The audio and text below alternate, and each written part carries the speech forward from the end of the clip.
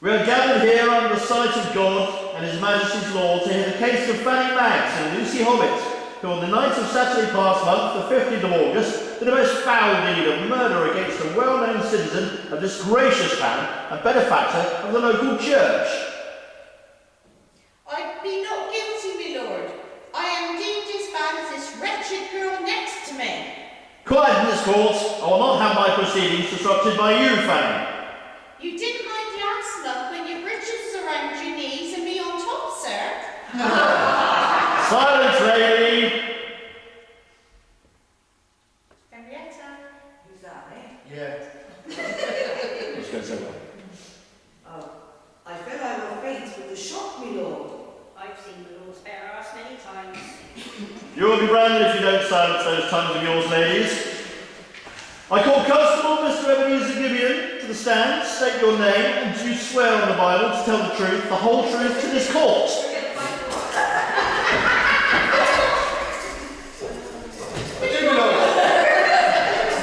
In your own words. In your own words. Tell this court what you found hanging here.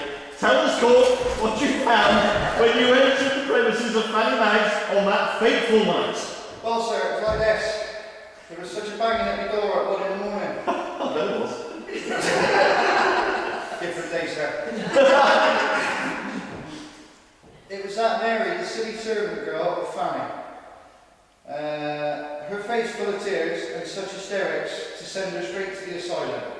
I got dressed sharpish like and rushed to said premise. There was There's such a sight. where such a sight beheld my eyes, I thought I would keel over in shock, my lord. Mrs. Maggs sat in her parlour, drinking tea while Lucy sat next to her sobbing. She took me to the bedroom of Lucy, where the poor wretch, Mr. Dobble, lay naked, bare his garters and stockings in the back of his head. Go on, go on. His face was contorted into a grotesque smile of such satisfaction. It was quite a thing to behold. I called on Mrs. Maggs and Lucy to tell me what happened and decided to take them both to the guard so I could make my inquiries without disturbance from their mouths. What conclusions did you come to, sir? I believe Mrs. Maggs and Lucy, the local whore, had covered up the foul murder of Mr. Dobble, sir. Thank you. You may step He down. knows nothing, my lord. He wants the quick knee trembler to keep quiet, and I refused him. As we all know, he has the pox. Quiet you. I call the next witness, Mrs. Doddle, to the stand. Kind lady and unfortunate widow, do take the Bible in your right hand. Swear under oath that you will tell the truth, the whole truth, to this court.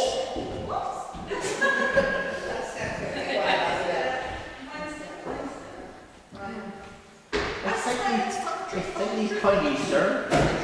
So help me God. I thank thee kindly, sir. I am a God-fearing woman who attends chapel every day, sir. My dear woman, we all know what a kind and virtuous lady you are. Did you know your late husband was a frequent visitor to the premises of Mrs. Maggs? And many others in the town. I can imagine you doing that. I did not, sir. My late husband said he was in business, and I did not question him as he was the master of the house, and his word was law. I thought he was doing good deeds around the shire. He's been doing good deeds around the shire for many years.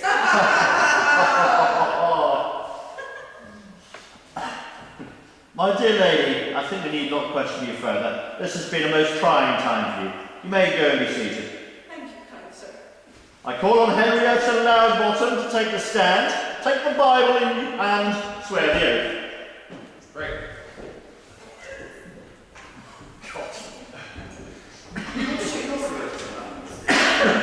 I can get rid of this because I'm done, so let's go at the end. What's it on that book? Oh, just I was trying to tell you. Street lights. I've got to write it down. I didn't forget. I said it.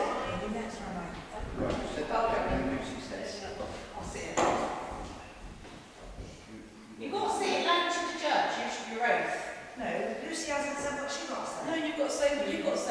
so I said swear. So do you want me to say my line again? Yeah. The whole truth before the court, or go straight to them. That'd be the first time in your nosy life then.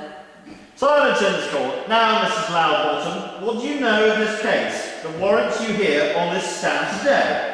Well, I make it my business to know what the court discussed in the things that go on in this fine town, my lord. It's not safe for a lady such as me to wander the streets of late. You are the safest lady in the Shire. No man will poke you one, not even your husband. To which you have sat on me many a time and told me so.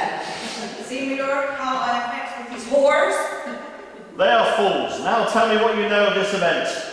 Well, I was chatting to Mrs. Crabbe, you know, the lady who has the shop at Guildford Street, and she said that Mr. Smith, the baker, was in Mrs. Magg's house every Saturday night for his pleasure, and saw Mr. Doodle accuse Lucy of robbing him of 2 guineas the previous week. Well, I thought I am glad I am not around such sights. That is not decent, you know. Anyway, Mr. Smith told me Mr. Moult the butcher, who said Mr. Shroud, the undertaker's wife. Stop, woman. You are giving me such a headache. I will need the services of Mrs. Maggs and myself later. You may retire from the stand. I call the next witness, Mr. Mould, to the stand. Swear on the Bible, etc., sir.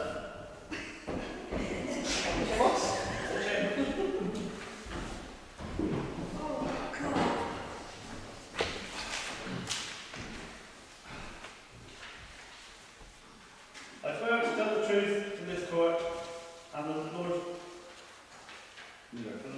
above the Lord. Pray tell the court what your witness on said night, sir. Let me turn the page first, I'm afraid.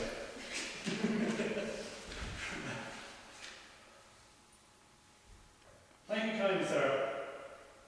I was in said premises making a call on Mrs. Maggs to discuss the funeral of her late mother, who had passed the night. Sorry. Passed the night. She's got me all day over here for it. No, it's not. Probably right there, isn't it? Before. We were at her parlour when such an almighty scream came from the floor above that startled us all and dropped my glasses. My glass of claret. Drop my glass of claret on my breeches. On my breeches. Lucy burst open the door and screamed that Mr. Doodle was dead to his world, and he was a monster. Poor Mrs. Maggs exclaimed that such things would come Cause mischief to her house, and instructed that a French servant girl who attended to the constable's house get him prompt to such premises with haste. Did you see anything else, sir?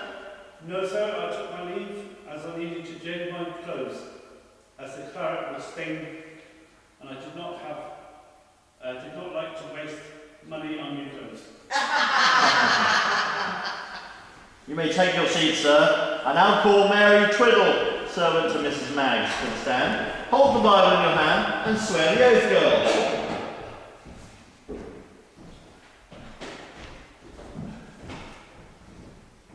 I beg your pardon, my lord, but what is the oath?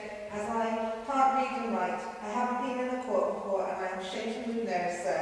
Repeat after me, girl. Do you, Mary, swear to tell the truth and nothing but the truth, so help you God? Do you, Mary? No, don't say your name, girl. Sorry, my lord. I swear to tell the truth on this book and strike me down if I don't like. Now, young lady, tell me what happened that night, and what did you see? I was in the kitchen, scrubbing the floor, and I heard a scream. I came to the parlour and saw Mr. Mould and Mrs. Maggs standing and startled like. Lucy was crying, sat on the chair behind. I like Lucy, she is kind to me. Anyway, Mr. Mould told me to go get the constable, which I did. That is all I know, sir. Thank you. You may go and take your seat in the gallery now. I now call the accused Lucy Maggs to the stand.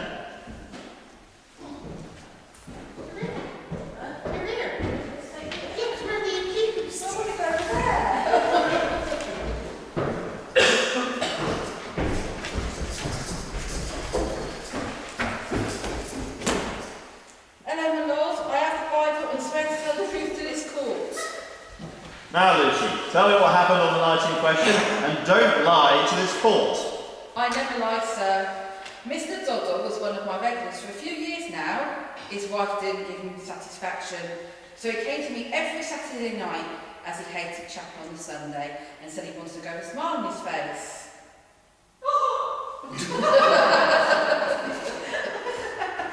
Well, the last few weeks, he has started to act quite strange. He always did the same thing with me, and it was all over in 30 seconds, so it was an easy job. What are you fucking laughing at, you prick? 2 weeks ago, he requested a viral thing that I cannot mention to this court or those present, as it was unnatural and not as God intended men to act. Well, the little bastard still did it and refused to pay extra. So, I took the extra 2 guineas off his purse, and he wanted to do that every week. So that night, I refused, and he got a little in a distemper with me. So, I made him give me his ring on his right hand, and as we did the business, he made a funny noise. Then I pushed him off and he fell on his back and was dead.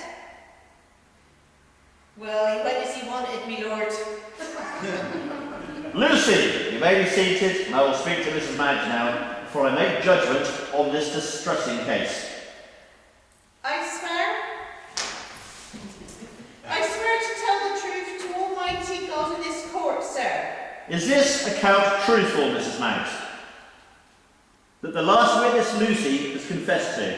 Yes, sir. I run a decent house for over 20 years and never had any trouble before, my lord. As you have frequented my place on many an occasion and never without complaints. Mrs. Madge, behave yourself. But, my lord, you like a good beating at my hands. Silence! I have come to my verdict. I find you, Mrs. Madge, and you, Lucy Hobbit, guilty of the willful murder of Mr. Toddle.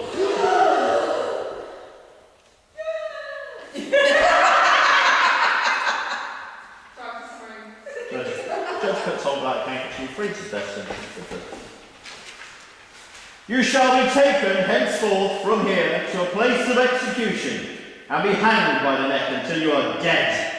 And my God, have mercy upon your soul.